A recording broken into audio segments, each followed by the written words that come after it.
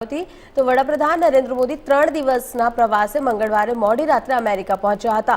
ન્યૂયોર્કના John F Kennedy airport પર US chief protocol officer રૂફેફ ગિકોર્ડ્સ, યુએનમાં ભારતના રાજદૂત રુચિરા કંબોજ અને યુએસમાં ભારતના રાજદૂત તરણજીત સિંઘ સંધુ દ્વારા તેમનું સ્વાગત કરવામાં આવ્યું હતું। પીએમ મોદીના સ્વાગત માટે ભારતીય મૂળના લોકો પણ હાજર રહ્યા હતા। યુએનના યોગ દિવસ કાર્યક્રમનું નેતૃત્વ કર્યા બાદ તેઓ 22 જૂનથી અમેરિકાના સ્ટેટ ગેસ્ટ બનશે। પીએમ મોદીની સાથે મંત્રીઓની એક ટીમ અને ટ્રેડ ડેલિગેશન પણ અમેરિકા જશે। આ પ્રતિનિધિ મંડળમાં આઈટી, સંરક્ષણ, ઉડ્ડયન અને આર્ટિફિશિયલ ઇન્ટેલિજન્સ જેવા વિવિધ ક્ષેત્રોના લોકો હશે, જ્યારે મુખ્યમંત્રીની ટીમમાં વિદેશ મંત્રી એસ જયશંકર અને રાષ્ટ્રીય સુરક્ષા સલાહકાર અજીત ડોભાલની હાજરી નિશ્ચિત માનવામાં આવી રહી છે।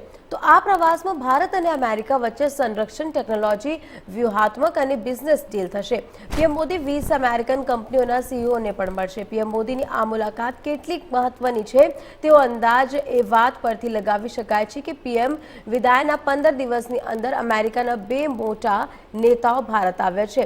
નાણાકીય વર્ષ 2022-23માં ભારત અને અમેરિકા વચ્ચેનો દ્વિપક્ષીય વેપાર $128 બિલિયન ને વટાવી ગયો છે, એટલે કે આ અંતરાલમાં ભારત અને અમેરિકાએ 10 લાખ કરોડ રૂપિયાથી વધુનો બિઝનેસ કર્યો। અમેરિકા એવા કેટલાક દેશોમાંથી એક છે જેનો સાથે ભારતનો વેપાર સરપ્લસ છે અને એટલે કે ભારત અમેરિકાને વધુ માલ વેચે છે અને ત્યાંથી ઓછો માલ ખરીદે છે। 2021-22માં ભારતનો યુએસ સાથે $32.8 અબજ નો વેપાર સરપ્લસ હતો। તો ભારત આ વેપાર સરપ્લસ જાળવી રાખવા માંગે છે અને આ સંદર્ભમાં પીએમની મુલાકાત મહત્વની છે। વ્યૂહાત્મક અને રાજદ્વારી રીતે પણ આ મુલાકાત ખૂબ જ ખાસ છે। વાસ્તવમાં ચીનના મુદ્દે ભારત અને અમેરિકાની ચિંતા લગભગ સરખી છે। તો જ્યારે ભારત એલએસી અને હિન્દ મહાસાગરમાં ચીનની દખલગીરીનો વિરોધ કરે છે, તો સાથે જ અમેરિકા તાઇવાન અને દક્ષિણ ચીન સાગરમાં ચીનના ઘૂસણખોરીના પ્રયાસોનો પણ વિરોધ કરે છે। આવી સ્થિતિમાં ચીન સાથે વ્યવહાર કરવા માટે બંને દેશોને એકબીજાની જરૂર છે। તો આ સિવાય પીએમની આ મુલાકાત પર ભારતને વિશ્વના સૌથી અદ્યતન MQ-9 ડ્રોન અને ફાઇટર જેટ એન્જિન બનાવવા માટે અમેરિકા પાસેથી 11 ટેકનોલોજી મેળવવાની છે। તો આપને પણ જણાવી દઈએ કે આજે સવારે વડાપ્રધાન નરેન્દ્ર મોદીને વિશ્વ યોગ દિવસ ઉપર લોકોને સંબોધન પણ કર્યું હતું।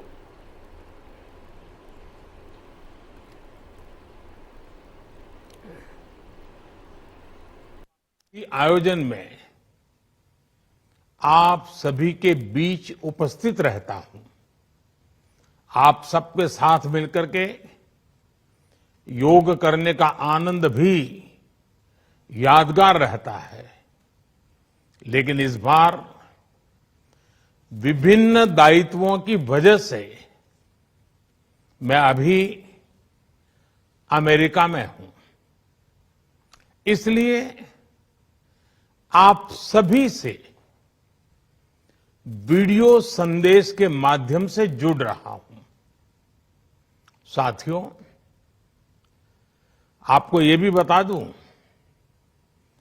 कि भले मैं आपके बीच योग नहीं कर पा रहा हूं, लेकिन योग करने के कार्यक्रम से भाग नहीं रहा हूं। और इसलिए आज शाम को भारतीय समय के अनुसार शाम 5:30 बजे करीब करीब संयुक्त राष्ट्र यूएन के मुख्यालय में जो विशाल मात्रा में योग कार्यक्रम हो रहा है, मैं उसमें शामिल होऊंगा। भारत के आह्वान पर दुनिया के 180 से ज्यादा देशों का एक साथ आना ऐतिहासिक है, अभूतपूर्व है। आप सबको याद होगा 2014 में जब यूएन जनरल असेंबली में योग दिवस का प्रस्ताव आया तो रिकॉर्ड देशों ने इसे समर्थन दिया था। तब से लेकर आज तक अंतर्राष्ट्रीय योग दिवस के जरिए योग एक वैश्विक आंदोलन बन गया है, ग्लोबल स्पिरिट बन गया है। साथियों, इस साल योग दिवस के कार्यक्रमों को ओशन रिंग ऑफ योगा इसने और विशेष बना दिया है। ओशन रिंग ऑफ योगा, इसका आइडिया योग के विचार और समुद्र के विस्तार के पारस्परिक संबंध पर आधारित है। सेना के जवानों ने भी हमारे जल स्रोतों के साथ एक योग भारतमाला और योग सागरमाला बनाई है। इसी तरह आर्कटिक से लेकर अंटार्कटिका तक भारत के 2 रिसर्च बेस यानी पृथ्वी के 2 ध्रुव भी योग से जुड़ रहे हैं।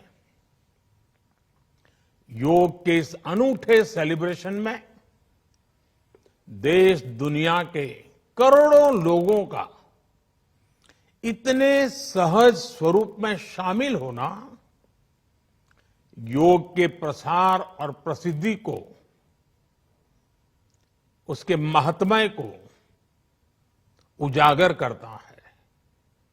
भाइयों और बहनों, हमारे ऋषियों ने योग को परिभाषित करते हुए कहा है, युज्यते एतद इति योगः, अर्थात जो जोड़ता है वो योग है। इसलिए योग का ये प्रसार उस विचार का विस्तार है जो पूरे संसार को किसी आयोजन में